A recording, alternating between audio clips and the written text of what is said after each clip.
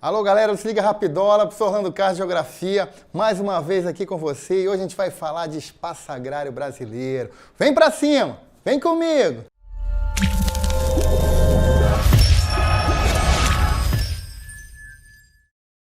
O espaço agrário brasileiro, esse sem sombra de dúvidas, é um dos principais assuntos cobrados na prova do Enem e nos vestibulares aí do Brasil. Então a imagem aqui já destaca a figura do campo, da produção. Mas primeiramente vamos definir aqui o espaço agrário. Acompanha comigo. Compreende ao campo. Suas atividades são primárias e sua população é rural. O campo no Brasil ele se torna mais complexo, principalmente a partir da colonização portuguesa do século XVI em diante. Então, nesse sentido aí, o campo ele corresponde às atividades primárias, né? A sua população é rural, então você precisa observar que a paisagem do campo é muito diferente da cidade, mas entender a relação que existe entre o campo e a cidade. Algumas características aí do campo. Estabelecimentos rurais ocupam 41% do território do país. É importante você perceber que o Brasil tem uma grande área agricultável. Para muitos, o Brasil é uma fazenda global, grande produtor aí de commodities, de produtos primários. Vem se modernizando a partir dos anos 70, com a industrialização brasileira. O campo vai aumentar a sua produção, a sua produtividade e, contraditoriamente, vai repulsar força de trabalho que vai em direção à cidade, contribuindo para o processo de urbanização que nós já falamos em aulas anteriores. Centro-Oeste e Sul são os maiores produtores agrícolas. É importante você perceber que essas regiões se consolidaram primeiramente aí o Sudeste, o Sul do Brasil também, e o Centro-Oeste. Essas duas áreas aí, Centro-Oeste e Sul, se destacam na produção agrícola juntamente com o Sudeste. Área de concentração de terras. Isso é uma das marcas aí do campo brasileiro que vai contribuir para a repulsão populacional. Além da modernização, a concentração de terra vai contribuir aí para a repulsão populacional. Além de impactos ambientais que vão desde o desmatamento, desde a contaminação dos rios, assoreamento, formação aí de vossorocas, crateras no solo, mudanças no clima, afetando aí a pluviosidade de algumas regiões brasileiras. E de conflitos agrários. Você vai perceber que o campo brasileiro, ao longo do tempo, foi marcado pela violência, pela luta dos movimentos sociais e hoje a região amazônica ela vem se destacando como área de tensão social, principalmente aí na fronteira do Pará, Maranhão, Tocantins, uma região ali conhecida como Bico do Papagaio. Além na beira das rodovias, principalmente aí as rodovias federais, que durante os anos 70 serviram para a colonização agrícola por meio dos órgãos oficiais, como o INCRA, o Instituto Nacional de Colonização e Reforma Agrária. Apenas 14% da população vive no campo. Percebam bem aí que a modernização do campo, a concentração de terra, os próprios conflitos contribuíram para um esvaziamento. E essas pessoas aí foram para as cidades. Processo esse conhecido como êxodo rural. Característica: forte participação do PIB. É importante você compreender que o campo ele é responsável aí por um PIB elevado, inclusive por saldos positivos na balança comercial brasileira.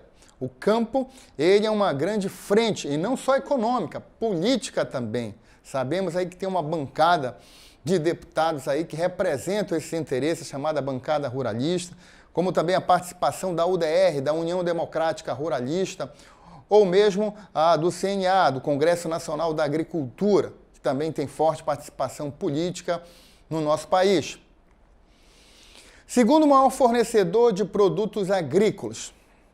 O Brasil aí, como eu já falei anteriormente, uma fazenda global e ganha destaque aí no cenário da produção agrícola mundial.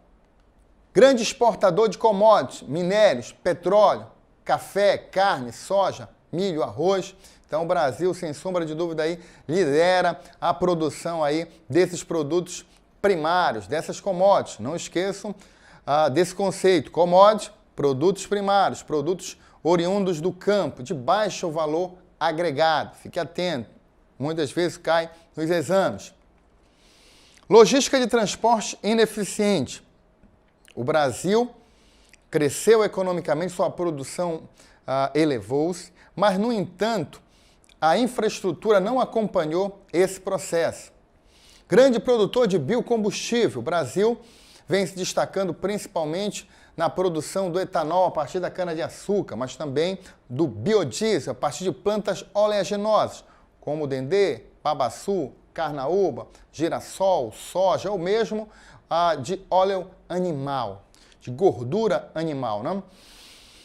É importante você entender que essa realidade do campo brasileiro, marcado pela concentração de terra, marcada aí pelos impactos ambientais, tem a ver com a herança, com o legado colonial. O Brasil, desde a sua colonização, já foi marcada por um modelo agrícola que reforçou a concentração de terra, o latifúndio, a grande propriedade, desde as plantations, né, de cana-de-açúcar no Nordeste colonial brasileiro.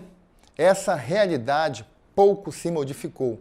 Na imagem aí você pode ver a estrutura de um engenho que era marcado aí pelo trabalho escravo, que era marcado aí por relações sociais hierárquicas, onde o patriarcalismo, sem sombra de dúvida, predominava. Uma sociedade patriarcal, escravocrata, né? Onde a produção era voltada para o mercado externo, para a monocultura, para a grande propriedade. Essas vão ser marcas do espaço agrário colonial brasileiro e essas marcas vão deixar cicatriz até hoje no campo brasileiro. Acompanha comigo. Com produção em larga escala, dirigida para o exterior. Então, como nós já falamos, essa produção em larga escala, essa monocultura vai predominar até hoje. Acompanha aí. Forte influência política das elites agrárias. Essas elites que vão comandar a política regional por muito tempo. Aí a política dos governadores de Campos Sales, durante a República Velha, onde você tinha o poder latente dessas oligarquias rurais, refletia o poder regionalizado dessas elites que influenciavam no poder central brasileiro. A estrutura fundiária brasileira, outro ponto importante para você entender do espaço agrário. Por estrutura fundiária, entende-se o modo como as propriedades ou estabelecimentos rurais estão socialmente distribuídos. Então, a estrutura agrária é como a terra está distribuída. Acompanha comigo aí. A extrema desigualdade na distribuição social da terra é a principal característica da estrutura fundiária brasileira. Muito importante, você que vai fazer os exames aí, não esquecer que a estrutura fundiária brasileira, como a terra está distribuída, ela é marcada por uma grande desigualdade. E que desigualdade é essa? Poucos com muito e muitos com pouco.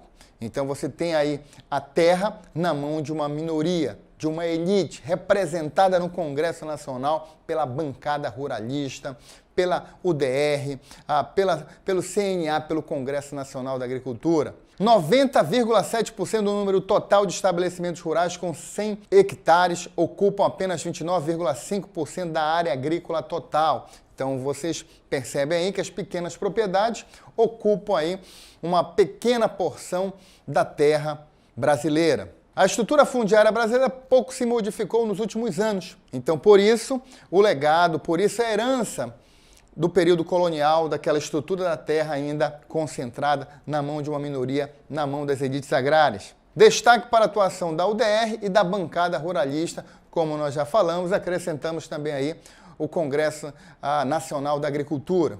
A estrutura fundiária brasileira.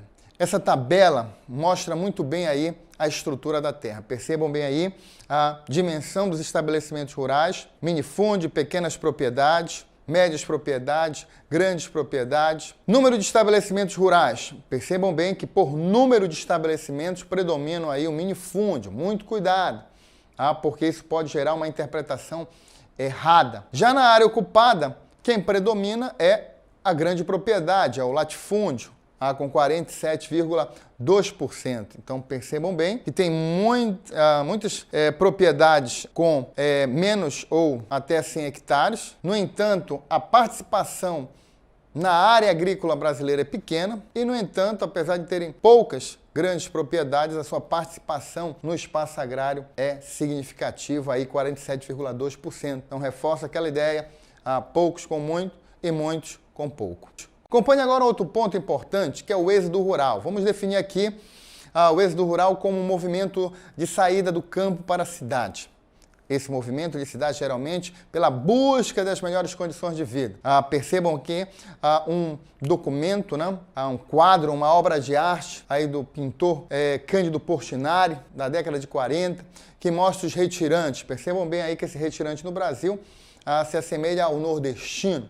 A imagem aí ao fundo, né, de uma imagem marcada pela estiagem, pela escassez, pela pobreza, destacando justamente essa região, essa situação de flagelo que muitos nordestinos viveram e ainda vivem, né, uma realidade que não foi ainda suprimida. A seca e a cerca naquela região, que a concentração de terra permanece. Pequenos produtores familiares estão abandonando as atividades agrícolas. Isso se deve aí também à ausência de uma reforma agrária, de uma política de fixação no campo. É bom destacar que a reforma agrária está garantida por lei e compreende a distribuição de terra baseada aí na pequena propriedade, na agricultura familiar, o que é muito difícil no Brasil, onde o poder do agronegócio, do latifúndio, né, se sobrepõe aos pequenos agricultores, à agricultura familiar em pequena escala. A modernização acelerada da agricultura e a pobreza nas áreas rurais ocasiona o êxodo rural e um processo caótico e acelerado de urbanização. Então, os problemas do campo, a partir desse fenômeno demográfico de mobilidade, vai transferi-lo para a cidade. Então, aquele problema que outrora não foi resolvido, hoje ele se agrega a outros problemas na cidade. Então, hoje não basta mais somente fazer reforma agrária, é preciso fazer também uma reforma urbana, porque as cidades estão saturadas, estão hipertrofiadas, estão marginalizadas, fruto de um crescimento desordenado, não planejado, assunto que nós já vimos na aula de urbanização brasileira. Os problemas dos imigrantes do meio rural, desemprego, pobreza e violência, foram em parte transferidos para as grandes metrópoles e cidades médias, então agravando aí o processo de urbanização, muito ligado ao fenômeno da favelização. Galera, hoje nós ficamos por aqui. Se liga aí na próxima aula, mas não esqueça de dar o seu like, não esqueça de se inscrever no nosso canal, de apertar o sino lá para toda a videoaula que vai ser colocada no canal, você recebê-la. Então, nós precisamos da sua participação, do seu comentário aqui embaixo, das suas dúvidas, porque isso vai nos motivar a produzir uma aula cada vez mais direcionada a você. Se liga, rapidola!